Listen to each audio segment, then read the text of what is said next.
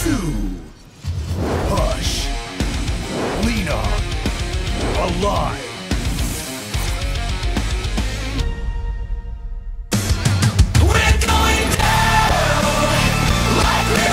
I think this song is quite suiting. We're going down. Well, somebody's going down.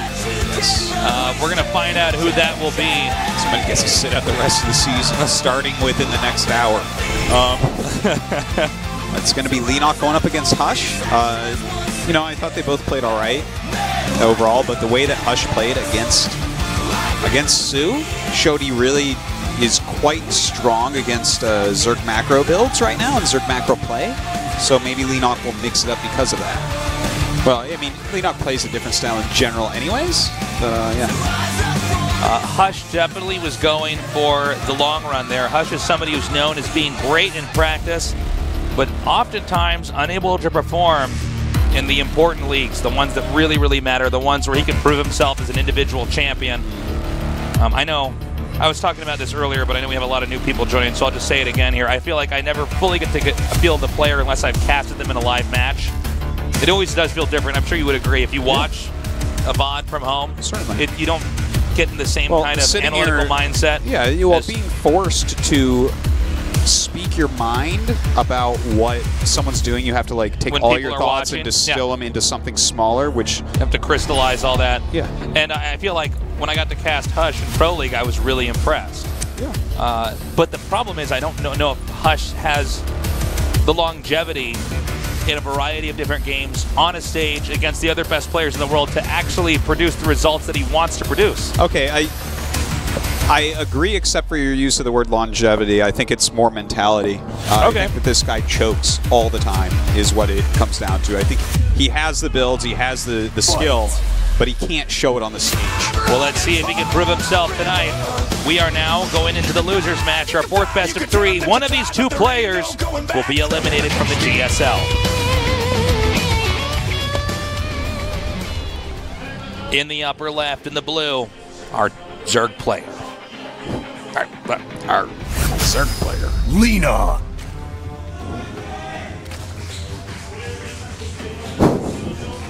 You should do a cast where everything you say, I just repeat it in a stupid voice afterwards. I'm like, JJ, you're like, oh, JJ Tyson. In the bottom right, in the red. Hush. In the bottom right, in the red. That would be a great, great cast, man.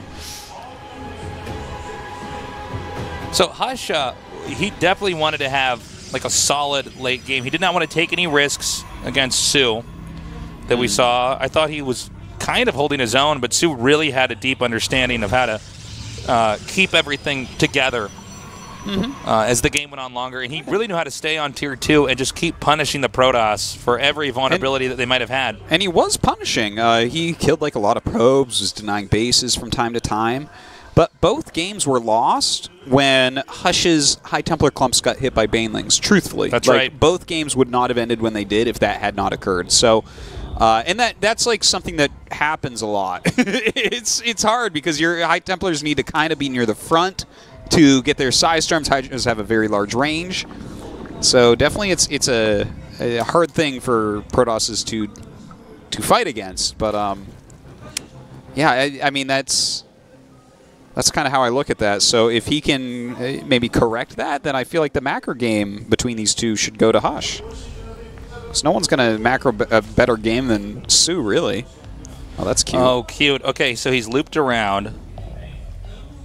Exactly here. Oh, no, here. There. He just like goes in. He goes in. Scouts it again, dies. He builds on the gas. I'm like, what are you doing? No, so he goes up there. For the time being, and just waits it out. Now, he might get a free scout here later on. Yeah. I don't believe Leenock's going to catch on to that. Well, Leenock would definitely be a player I would be afraid would attempt to go for like a kind of a crazy like tech. a 50 drone Hydra all in. You know, Sure, those builds, they're really popular, and they can just kill you if you take a third base sometimes. So it's not a bad idea to keep that probe alive as long as possible. The probe is still hiding. Hush going for a Twilight right now, as well as a Mothership Core. So this could be DT drop, like Archon drop type of play. That's what it kind kind of looks like, but we'll see. So, to what Artosis was talking about, a lot of the Protosses are having a hard time against this moment in the latter part of the mid-game where you can get enough Hydras with Banelings and Lings that you basically just obliterate the Protoss' army before the abilities are able to come out. The sustainability that Protoss generally tries to lead up to, you know, where you have like enough Sentries and enough Templars and Archons and Immortals. Oh my God, look at that. Yeah, this is a really strong scout. Sees that there's nothing in the main base. And it's actually Glaives coming up. I thought for sure when I saw the Robo that this would be like an Archon drop, but okay, now he's gonna go look for it. Huh? No, hold on. Is This the Overlord can't actually in the possibly path? work. Yeah, it is. Well, Like an Overlord not always gonna goes get up there. It might not get there. No, actually, it He has should only get there one in time. gate that's done though. The other gates are not done, so he's gonna see this. Okay, never mind. It's in range. Okay. If he hadn't seen that, that could have been a That very would have been quick and crazy. easy win. The ghost of Huck flashes on the screen for a second. I was like, going to make a "Whoa!" Huck joke, actually. I was like, the S and H turned into a K suddenly. Peels off the mask. He's like, it turns out it didn't go to Overwatch. Okay, well, the pylons clean up. I actually think that was a worthwhile risk. Yeah, it's only 100 I don't even think he should have sent the probe in there. I mean, Agreed. I think, like, if you're going to possibly... If you're going to bet on red, yeah. I mean, just bet on red. Don't give him any clue, because if there had not been, I don't think he sends an Overlord up there without any reason. Now, the rush is still going to activate anyways, but I think if he had just gotten the first wave of Adepts in there, he would have been like, yeah. Yeah, it could have been a game-winning move for sure. And at the end of the day, he got a scout off, and like it was only 100 minerals. It's not like a game breaker for sure. I mean, the rush still has viability at this point in time. We'll just have to see if Sue's ready. Now, I feel like a rush in this form, or Leenock's ready, excuse me. A rush in this form is something I think Leenock can still hold. We'll see. This was a lot stronger before. These are Glaved Adepts. Canceling that shade there. The Roachworn just finished. I guess an important thing we do have to point out as well is he's making 3 spines. I really appreciate that out of Leenock, that he's taking this so seriously. You do not want to just die to this Adept all-in, because it is pretty all-in. Like, he's sitting here on 2 gases. So Leenock is making the right choices and just defending and making roaches. Because if he doesn't take a bunch of damage from these Adepts, there's not really a follow-up here for Hush. Okay, he's forced him back a little bit. You want to be careful not to overextend. Hitting the Warp Prism is one of the easiest ways to stop this rush, assuming that the Warp Prism goes and overextends it all. And he should have another Warp in. Here it is now. Just one. Oh, he's supply blocked. Oh, my God. Oh, man. Is there a... Okay, I think the rush just doesn't work now. This lends itself to a lot of what we had talked about earlier with Hush, where he's a very smart player, but he seems to choke a lot. Yeah, and this is a choke. Like, you miss a pylon when you're doing an Adept on. He has missed an entire round. He's going to have 8 less Adepts than he's supposed to for the rest of the game. Well, he's going up the ramp now, but I think... Oh, I don't like this angling very much here. A lot of those Adepts on the low ground are taking damage, but he may be able to split. It's really up to the Zerg if he can't maneuver fast enough. He might actually shade down here. You know what? This might just work anyways. Yeah, it definitely could. But imagine if he had 8 more Adepts. That would be really nice. Yeah, he would have won the game. But I think he might win it anyways, just because the angle of the roaches here is so absolutely horrible. Yeah, it's a pretty bad angle. Goes right He's going to shade on top, it looks like here. Yeah. That's what you do. Yeah. That's what I do when I shade on top of him like that. He's going to do so much damage here. Roaches holding on a little bit. Well, I think we have to look at some of what happened. Imagine if this was 20 Adepts and not 12. Yeah, exactly. Like, it's seriously such a big deal. It's the same thing as just throwing 8 away. Oh, man. Okay, he's going to try to once again move up to the top. Leenock is hanging on. He just has to muster out a few more units. And this is the kind of the sweet spot that you can really get abusive with the shade, is right on the ramp. But it seems like he's actually threatened by the roaches enough that he's going to try to run for it. And Hush, I think, is dead tasteless at this point. I think you're right, Artosis. Like, Leenock has enough roaches that this is starting to work worse and worse, and he has nothing at home. Let's not forget. In fact, Leenock, during all this, set up Overlords dropping creep at Hush's expansions that he could take. So even if he tried to transition, it would take a long time for him to even start a Nexus. I agree. Shading down. Well, this is This is the end, guys. This is, the reason why this rush is so strong for Protoss a lot of the times, assuming you don't miss any pylons, is that you are giving up everything that would advance you into a normal game. Yes. Later on. And if you don't do it perfectly, or even if Zerg holds it perfectly, then you pretty much lose. So Hush gave it his best shot, but Leenock shut it down, giving Leenock a 1-0 lead. That's a heartbreaker. Yeah. That was a gigantic pylon block, and he really missed out on a lot of units. Of course, he started shading some around, lost a few, got to shade some in, make some more and stuff. But, like, he had an edge there, a pretty large edge, even without the additional 8. He started to get ahead, but just couldn't quite do it. So this is something that, again, for someone who already I consider to have a weak mentality like Hush, is going to exacerbate that. He was winning twice against Sue, and here he is missing a pylon at a crucial moment in an all-in against Leenock. And there's really only one thing you have to focus on besides keeping the Warp Prism alive and having the Adepts in the right spot is maintaining the pylon count back at home. That's all you have. Sometimes you can even make the pylons along with the rush somewhere. So if the Warp Prism goes down, you've got a plan B. Anyways, we're going to go to Abyssal Reef. Let's see if Hush can come back or if Leenock moves on into the final match of tonight's GSL Codex.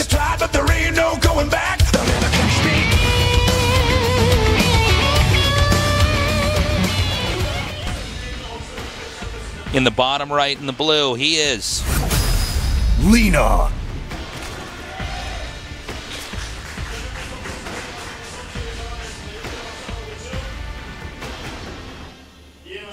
in the upper left in the red. Our Protoss player, he is Hush. All right. See what these guys choose to do. This is a good map for all-ins a lot of the time as Zerg, because a lot of the wall-ins that the pros use here have 2 pylons in them. Some have 1 pylon, but just when you have pylons as part of the wall, that definitely can make rushes more effective, like Ling Bane all-ins and stuff like that. No, absolutely. Which in general I think are very good at the high pro level. A lot of people play quite greedily because they just know if they don't, and their opponent does, it's like, oh no, you can't just play safe games, this isn't the ladder. It is a tightrope walk, right, of trying to either be super aggressive yourself or super greedy yourself, and then occasionally knowing when to when you can get the right read and then play something a little bit safer and deflect their rush. I don't think Hush is going to go for the same rush again, although he might, just because, you know, it's not always that clear to the player who's being rushed. Yeah. That a pylon, or in this case, 2 pylons are missed. So sometimes, if you just do it right the second time, I think a lot of people would disagree with me that that's a good idea, but I don't think I'm totally off with that. If you just, okay, like, watch, now I suddenly have a bunch more Adepts. Yeah. Well, Leenock, like, he dealt pretty well with it, but he wasn't dealing perfectly. And I do think if he hadn't missed that pylon, he might have been able to just finish Leenock. Because then even when he missed the pylon, he started splitting a little bit. I think he got a little bit worried about it. He's like, oh god, this is this is the bad moment. And then that shade on top of the roaches, it just barely didn't work. So yeah, and if he had those 7 more, it would have worked. Yeah. 7 more Adepts, I mean, that would have worked. I think you're right about that. Well, we'll see what he does in just a moment here. If he wants to go for that rush, he needs to make a Stalker next. But it's going to be a Stargate, and he's actually, like, really good with the Stargate opener. Not necessarily with, like, getting kills with the Oracle or something. That's not something you get too much of nowadays, but his games against Sue, I felt like he did a fantastic job, you know, using the Oracles throughout the game, tagging armies and stuff, keeping tabs on everything. See if he goes for that macro type play again. This is definitely, as far as Protoss goes, one of the best macro maps against Zerg. You know, you get like 4 bases almost free. Yeah, and I think it's a lot easier to push a Zerg on this map when you have the right army size. Yeah. This map consists of a lot more valleys and just narrower areas where you can try to come in there and do some damage. By the way, Link Speed's almost done. We do have a probe up here at the upper right, so I believe he's going to make something up here. Yeah, that's kind of interesting. Could just be, like, we saw him do that on Ascension to Ire against Sue, just for, you know, Adept Warpins a little bit later in the game. He was just, like, harassing a little bit, Zealot Warpins, whatever. Oh, yeah, I think that's right. He made the pylon and had the Warp Prism out. Yeah. Just as a location point. Well, you can use that throughout the whole game. Totally. Just warping in units and hitting them from there. And again, if you lose it, it's 100 minerals. Who cares? So yeah. Well, also I think you know, with this build, because you get a Phoenix after you get the Oracle, you can usually get rid of all the other Overlords on the map, and then it's just a little bit harder for the Zerg to try to find it, especially in that sweet spot in the mid game and later mid game where everybody's trying to get everything set up and hold off pushes and. Yeah, there's like too much going on to scout every single inch of the map. You can totally neglect a pylon hidden somewhere. Yeah. Because of the Stargate opening here for Protoss. Twilight finishes up here. We'll see if he gets Glaives once again. Yeah. And going to be taking that third base as well as he chases out Overlords. So everything looking completely fine. We'll see if he gets any damage done with the Adepts he's making right now. Still flying around with this Oracle. Yeah, he's going to try to come in here. He might try to plant a little booby trap there where the workers are mining. I don't believe that Zerg will be able to contest this location at the third base. We still see just drones making as well as upgrades coming out here. Now here comes the trap laid. He should have one. Okay, that works too, I guess. Yeah, if you were about to make drones out of that, it's very similar to yeah, basically just getting drones themselves. Okay, there's the pylon. That's actually that's a pretty decent location. Well, it's quite obscure. Now the Roach Warren's coming down here as Glaives is about halfway done. We have another trap laid. Stasis Ward is set off, actually getting one drone up there. Yeah, I like it when they get Overlords as well, because that can cause a spy block. It won't this time, but there's like at least one Overlord in there. Okay, plenty of Adepts moving out right now. Still more being warped in. So this is sort of similar to what we saw in the last game in the sense that he has Adepts that are going to cause the Zerg a lot of distress, but it's not like in Game 1 where the Adepts, if the rush didn't work, the game was over.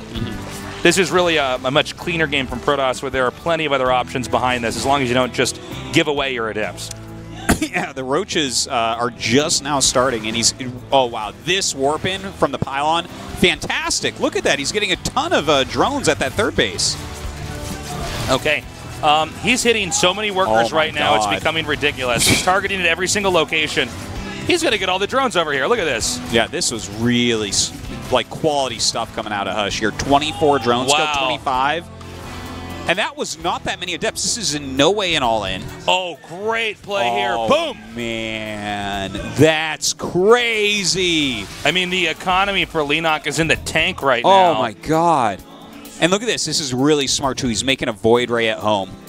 He realizes that, like, there's Roach Tech out. Yeah. Yet this, like, all you need to do is stay alive right now. This was critical damage against Leenock. Leenock's not going to leave the game or anything. And, in fact, I like the fact he's going into Spire. That's going to give him a little bit of wiggle room to be creative and catch Hush off guard, but Hush is in a fantastic spot after that harass. By the way, they the few Adepts from that pylon on the upper right, that was the big play here. He did not see anything else coming up from that angle, and this is completely shut down over here. Leenock kind of feigning an attack with this, and he forced a decent amount out to kind of counter it, so... Not that bad a move, but that Spire's still on the way, and the Spire does like okay against the tech that he's against. The Templar Archive's coming up a little bit late, so there's not going to be that many Archons right off the bat. Of course, Archons are going to not be good defensively against Mutas, really, because they can't get through wall-ins, they can't really chase the Mutas around, but definitely they can make a counterattack force that can slaughter Mutas that try to engage. Yeah, exactly. Well, as far as Archons versus Mutas, Archons always beat Mutas if they have to fight, but Mutas never have to fight basically anything that they don't want to. So that can cause a pin situation where the one player can't leave the other player's base. So we have another Stasis working down here. This is going to connect with a lot, actually. Yeah. I don't even know what... Did he just click on the hatchery? Is that what happened there? I think so. Yeah, that was kind of an odd reaction to that. Not the best. Now... Oh, his hallucination actually scouted the Spire, so he's making cannons in all the mineral lines and going one Stargate Phoenix, which is a great counter. You know, when you only make a handful of Mutas to harass your opponent, then, you know, you need, against 5 Mutas, what do you need? Like 2 Phoenixes. Well, and how much it costs to invest into the Mutas as well is going to completely make that cost inefficient. Yeah. You're very right about that. Like these cannons are not that big an issue for him to spend on right now. Hush continues to be in a fantastic spot. Completely ready. And that was basically a flopped tech there from Leenock. I think Hush has really stepped it up this game. I'm really impressed. No, this is all looking very good from him. Taking that 4th base with great timing as well, getting into Storm and Blink. And look at this. He's got everything, man. Yeah, he's just going to target this down with these Phoenixes. Oh, did he actually fly too far out? Okay. Possibly. The wind blew a little bit too hard, and the Phoenix got over on the left side. So it looks like Hydra Bane might be the follow-up for Leenock. I wouldn't mind him going directly into Lurker, though. Just because... trying to play it. You can play a turtle game on this map. Yeah, yeah. Or you can also try to push certain lanes with the Lurkers as well. You can hold on for a very long time with Lurkers. It's hard to attack into Lurkers. If the Lurkers are attacking into you, it's a little bit easier to deal with them in a lot of ways. You can do counterattacks. You can kind of like get them while they're unburrowed. But if you're playing from a sieged position, it becomes a lot harder for you to rush in there with Charge Lot Archon and kill it off. We'll see what he does. He is getting the Hydralisk upgrade. I do feel like Hush has been really in complete control this game. We're getting to the point where the Archons are coming out. And this is where, especially for a more standard game like we've seen from Hush, Protoss has the opportunity to start picking fights on the map. Yeah. For a lot of the game, unless you're using Adepts or Phoenixes to try to harass in there, the Protoss can't have a full-fledged attack. But when you have a unit army that's complex as the one that we see here, that's when you can really start to actually make the Zerg invest a lot in defenses. Yeah, the one scary thing is going to be Speed Banes coming in. So that is the only thing he has to look out for. Speed is not done yet. He does have a couple Archons and some sentries, so like these slow Banelings should not cause any trouble. He would have to really mess up to lose this army right now. We have a second Robo Bay being made with a lot of Immortals here. You want to keep that little group of Immortals in the middle of the army alive for as long as possible because they tend to offer the most utility overall in fights, minus Zerglings. Yeah. But usually the Zerglings are the first thing that die. Yeah. So when everything's all, the dust is settling in that form, then the Immortals are there, and they can usually fight most of the other stuff Zerg has, as long as you have the rest of the army comboed in there. Supplies is 190 for Zerg, 180 for Protoss. And Protoss is expanding yet again. Getting this all up. And with the second Robotech up here, let's see if Hush can actually push out. Baneling speed is about to finish, so yeah, we'll see. I think that what we're going to see here from Leenock, because he did max out by making a lot more Zerglings, super mass Baneling. There's not that many Archons out right now, so if you get like the right angle, maybe you get a sick fight going on. Hush counterattacking with some Zealots over here. It looks like he should be able to cancel this 5th base or kill it off as it just finished. Okay, it's been torn down. Ooh, Hush is way out of position here. He actually didn't know this was coming. Well, this army can do damage a lot more quickly than the Protoss army can. And actually, he's running from this. This is kind of funny. He's retreating, but in fact, Hush now is going to be in a more advantageous position here as this harass can continue to do a ton of damage, to be honest. The Warp Prism's not even out of the game yet. In fact, he can warp in over here at this other base. Meanwhile, Hush is going to try to push out now. These Zealots actually doing so much work here. A ton of drones being killed off the main, forcing the army back as well. The Hive is underway, so if he can get into Broodlord tech, that's awesome against this army, and we haven't seen Tempest tech coming out of Hush quite yet. Okay, we have the push here from Hush coming, but he's in treacherous waters here, to be honest. I think he wants to try to end this. I think you're right, and I'm not sure what exactly the answer from Leenock is going to be. It seems like we're going to have a kind of funny base trade situation, but, Banelings do detonate and then they're not around anymore. Yeah. Which means this Zerg army might be a little bit more flimsy. Yeah, in a lot of ways, you are right about that. When the Banelings go, the army is not that scary. So a base trade is beginning, and definitely Leenock can't hold on against this army at home. No, certainly not. Now, he is going to get up here where both the Robos are and start to deny this. This is coming through. He wants to be very careful to not just bleed off these Banelings. He's done a decent amount of that already. And you know what? With the Robos going away, that's his highest quality units that he can really produce at the moment. It's going to be Hydras and Ravagers here. I feel like this is just not... I think this is just not what you're supposed to do. Right? Well, like, what Leenock is doing is making mass spines at his 5th. So that is something that could end up working out for him. But with this many Immortals? Yeah, well, also, I think with the Archons up there in the main, he should be able to take out the main. He still has gateways back at home, right? He's warping in DTs as well. And this one Phoenix is going to get the Overseer. So then there's no... Yeah, that's it. Yeah. GG. Hush takes game number 2, bringing us to the final match between these two players. I don't mind Leenock going for a base trade considering how far behind he was. Let's not forget those Adepts just ravaged him. It was crazy. He lost so many drones. Well, that and then the stasis just completely knocked the rest of his workers out of commission. I mean, he was basically mining with nothing. The 5 units did almost nothing as well. So That was a really tough position for Leenock to play from. And that gives us game number 3 now, which looks like it's going to be on Ascension to Ire. That's right. I'm not sure who takes this, to be honest. I feel like Hush might be better if he just doesn't make any major mistakes. He really is his own worst enemy. I think Hush's best play outplays Leenock. But will he show that, right? Like he misses a pile, and that's kind of a little choke moment. I mean, it happens to everyone. He's just too inconsistent. I think it's why – this is one of the reasons why we have groups that operate like this at the round of 32 is you can't have a player that just says, well, I was paired against that guy, or it's this matchup, or it's that map. Because you have enough games where if you're solid enough and consistent enough, you should be able to move on if you're the better player. Yeah, like look at Sue, right? He lost to Alive there. Sue is absolutely one of the very best players in the whole world, but he gets that second chance. Yeah. And I'm just worried for Hush. He seems to have a very tough time. Whether it's early game or late game, there are pitfalls in his play. And it seems to have almost nothing to do with what his opponent's up to. Yeah. Like he forgot that pylon. I mean, that's all it takes to lose. There's little tiny things he's missing. Like that army, when it came in to counterattack the first time, he had no idea it was coming. Yeah. And that's like, I mean, you need to at least have spotters in front of your base in some way, whether you're oracle tagging, you're sending a unit out, a probe, have a pylon up there, anything. You didn't even know the rocks were dead. Also, you have to keep in mind, in this guy's defense, it's hard when the pressure's really on. It doesn't matter how much you know. I mean, it's kind of a scary thing when you're in this big match. You've spent so much time preparing for it, and then you can be your own worst enemy. You can get nervous. You can fall apart. You can forget how to play the game. It's true. I mean, it's scary. So Ascension I are our third map for this best of 3. The loser's out. The winner plays Sue, which might mean the same thing, but delayed. A huge map to finish this one off. Let's go to game number 3 and see who survives, Leenock or Hush. Fight!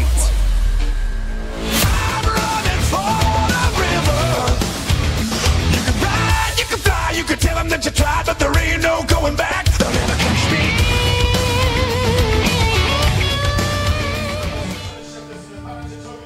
me. In the upper left, in the blue, he is Leenock. Crazy to think this guy's been a pro for 7 years in StarCraft 2. I know. In the bottom right, in the red, our Protoss player, he is Hush.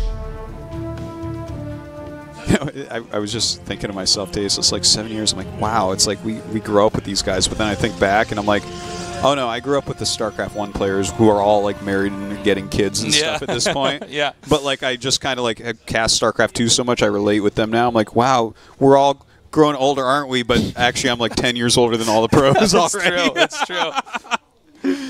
Oh, man. Okay, Probe, going to go ahead. Leenock, one day you and I are going to be old. He's like, you're already old, man. Yeah. Anyways, let's see how this goes. Yeah, I do wonder. I think this is such a tough challenge for Hush. He can do it, but even if he does it here against Leenock, he's going up against Sue. Now, Sue is sort of the anti-Hush here because Sue is, generally speaking, so consistent, it's terrifying. He's actually, in a lot of ways, more consistent than Innovation, to be totally honest. Yeah.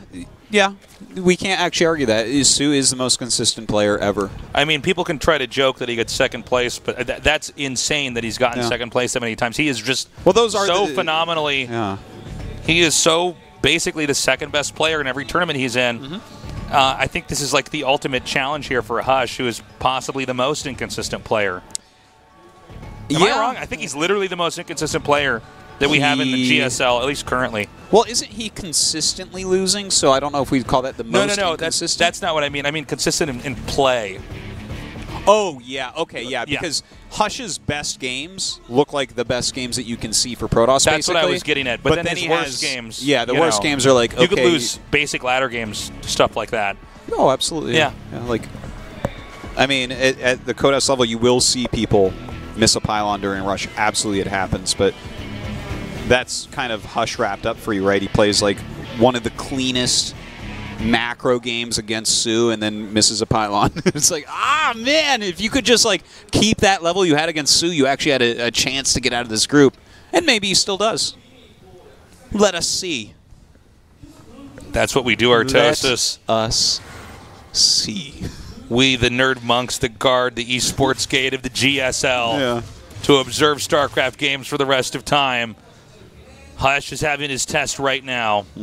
By the way, he seems to be going for a much more moderate game this time around here, getting the Stargate. I want to point out about that scout he just did, because that's really good. There's almost no vision on adept shades nowadays. But what he did was he got close enough, shaded directly to the gas, right-clicked on the gas to check how many drones were mining and how much gas was left. And that can tell him a lot, because a lot of Zergs will stop at 100, but if they keep going, it's like, okay, are they getting something's up. 150s for speed overlords? Are they getting some so they can drop me? Are they going for a baneling all in? So he just got a really good take on the gas there.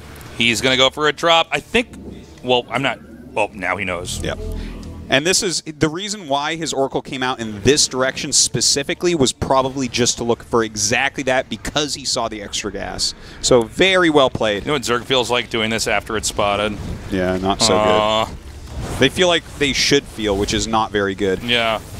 Okay, so also I do need to point out he brought the Oracle in front of the wall. That's really important. He's checking for more lings. If there are more lings, he doesn't turn on the Oracle yet, but there weren't, so he does. Okay, pretty good control here with the probes. That basically didn't do anything. Look at these 2 lings being evacuated. Every Zergling life matters. Yeah. Okay, the steps are after them now, though. Yeah. So this is actually a pretty good start here for Hush. I'm really feeling it for him.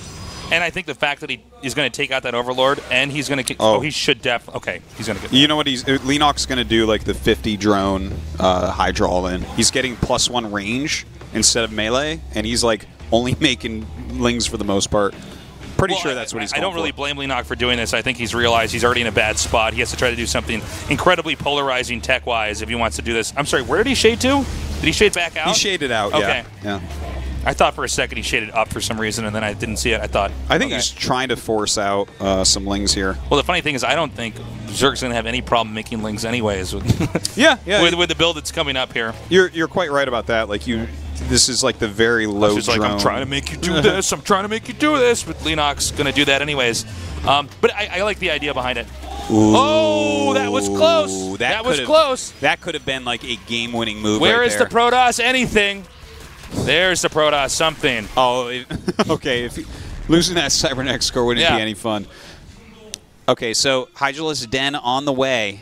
That +1 range was super duper fast. He's actually taking a 4th with this. Okay, so it's not exactly like a cookie cutter, like all-in rush or anything like that, but it's quite a fast Hydralisk Den. And you think he just goes for the 3rd with this? Or is there any merit? Is there any merit to trying to push right through the middle? Well, I think you check both locations, but seems like it's a long travel distance. Yeah, normally on this map, the 3rd base you're going to have, and it is a long travel distance. You're definitely right about that. Third base, generally, what you'll have is like a lot of buildings helping out, and then you have a ramp over near your natural. So it can be a little bit hard to break, and he hasn't really set himself up for that kind of Hydra attack I was talking about. Of course, taking this 4th base and everything. Okay, he's actually just going to try to go for this core. Yeah. Look at this. You're crazy, Leenock. Yeah, that is a little bit crazy. There's lings over here for some reason. You're crazy, Leenock. There's this unit called the Sentry that can deny building kills. Oh, he doesn't even use the force field there. He's going to save it. I think that's actually wise by Hush. Yeah. I think Hush knows he's in a good position. Because if a few lings do bait out force fields, then, I mean, it's still problematic. Okay, Oracle scouting these Hydras. That is a very, very important move. It allows him to see where these Hydras are going for a long time so he can be in position against them. Of course, it can, when you see him get way across the map, you can do warp-ins on the other side as well. Hush almost non-reactive here. Just staying back, waiting for the really big attack that is inevitable. I feel like Hush should be okay. We'll see, though. I mean, Zergs are quite good at this very specific moment in the game. But there is a Warp Prism set up here for a counterattack. Now, if he can box... Okay, he almost gets the box off with the Hydras there. And, by the way, Hush read this correctly, that there weren't going to be Banelings in this initial attack. Yep. A lot of times when there's not Banelings, it gets there a little bit quicker, but this is kind of like a hybrid build from Leenock. He's droning heavily behind this. It's kind of just pressure, and that means that Hush, his Storm is a little bit later. His army is not exactly what you're looking for right now, but definitely can work against just Hydra Bane. Okay, you can see the Hydras. Oh, hold up. This is a big attack right here. Ooh. Okay, the angling is quite good. He's not good. Oh, Ooh. Yeah, okay, that might be what he needed to do there. Oh, I'm surprised he didn't go for that last Immortal there. He almost had enough to kill that. That was rough. Like, losing all those sentries basically for free. Ugh. So Protoss is going to try to just get some momentum here in the main. He actually has to be careful. If he loses that, oh, man, I think he should have gone anywhere but that direction. Yeah, you can hide in the top left here. Yeah. It's there's enough airspace that nothing on ground will hit you. I mean, you normally get stuck, but better than dying. Now, while this is going on, I think Leenock's had a steady hand this game. He's taken 2 more bases. I think Leenock was doing the right thing by getting a very good read that he couldn't attack any further. Attack any further is certain death. Like, I think that Leenock is playing like off the cuff quite a bit here, and he's doing a very good job of it. Because like Hush is doing a lot of correct reactions, but Leenock is not committing anywhere. So Hush hasn't been able to gain a lead with these correct reactions. He does have Psystorm, so that is obviously very important. Baneling speed not done yet. Now that he's down that ramp, he might not be able to get up to it if Hydras are over there guarding that location again. And Zerg's going to try to go down here to the bottom. Now Zerg is also keeping Protoss on 3 bases. He's not getting any bigger with this. But I think Protoss might be okay staying back and just massing up. Protoss lasts longer, then Protoss is basically fine with that. Well, Hush is going to have one of 2 things he needs to do. He either needs to move out and kill Leenock soon, because Leenock is going right towards Broods right now, or he needs to get that 4th up and go Tempest. Like, if he doesn't do one or the other, he is going to be dead. But right now, it's just like he's defending as if Leenock is going to all-in him. Realistically, with this much Psystorm and the units he has, he could easily take a 4th. Oh, he's making a... Did he start a 2nd Prism? I don't know. I guess he's just I don't believe there's another Prism out. Am I wrong about this? I didn't see one. Yeah, maybe not. I saw him go up to 2 for a second, but I think he canceled. Oh, does he have double Robo? No, he just has 1. Oh, okay. All right, never mind. Well, he's starting to crawl out here. It looks like he wants to try to seize control of this location here in the bottom right center. Now, this is where the Lings will come in for the assassinate play. Ooh. Okay. Oh, my God, that was a good storm. That was like one of the best storms on Lings I've ever seen. Yeah, that was really good. But a lot of his units out in the open now, and the Hydras are going to pick these off. Oh, God, the Archon's being killed. Okay, wow. That was a killing blow right there. He picks up the few units that are remaining, but it's such a scrappy army.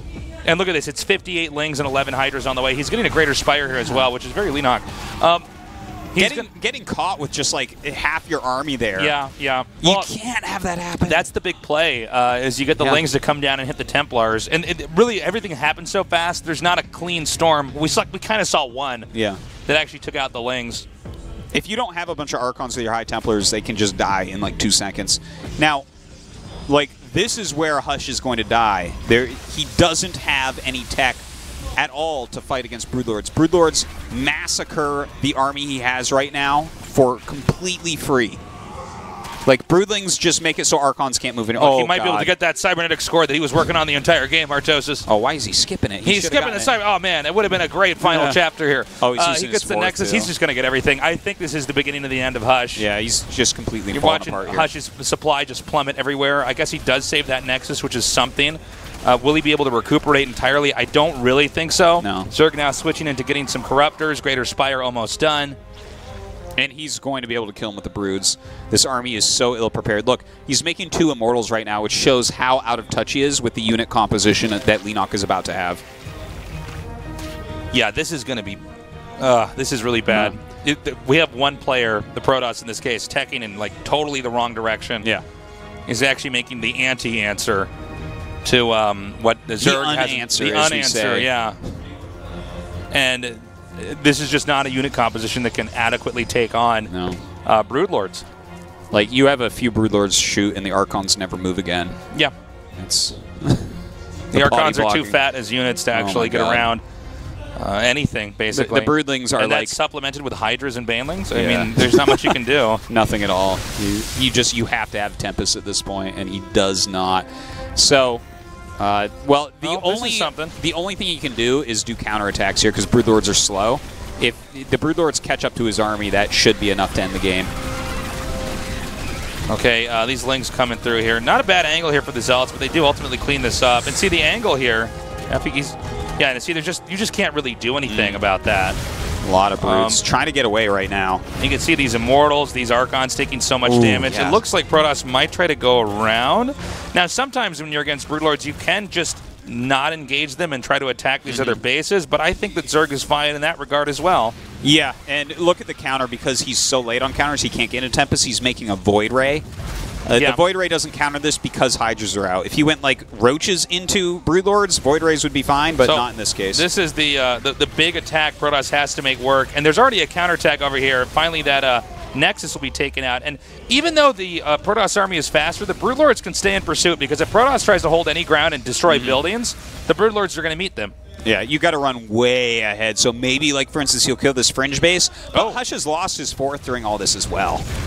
Yeah, Hush is on 3 bases. And, you know, there's just, if you look at the cost of the Broodlings, which is essentially free as long as the Broodlord stays unscathed, he's just killing off these super gas-intensive units for nothing.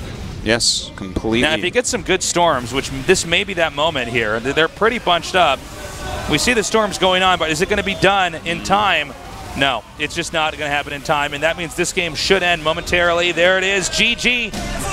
And that is that for Hush, unfortunately. Once again, losing, you know, after showing some very good games. He definitely he played strongly tonight overall, I would say, even though he only went 1-4. Zerg's a bit too strong for him. And now Leenock goes up against Sue in a ZVZ. This might not be easy for Sue. As consistent as he is, I think Leenock is a very crafty player who definitely understands his matchup. Yeah, he lives with a Zerg player as well in the form of Furious, who's always been a good ZVZer as well. So I think he's going to be quite ready for this match. And maybe he can upset Sue. Maybe Sue goes out in the round of 32. Who knows? Maybe he gets 32nd place. Who knows? All right, we are going to go to a short break. When we come back, Leenock versus Sue for our final best of 3 in tonight's GSL Codex.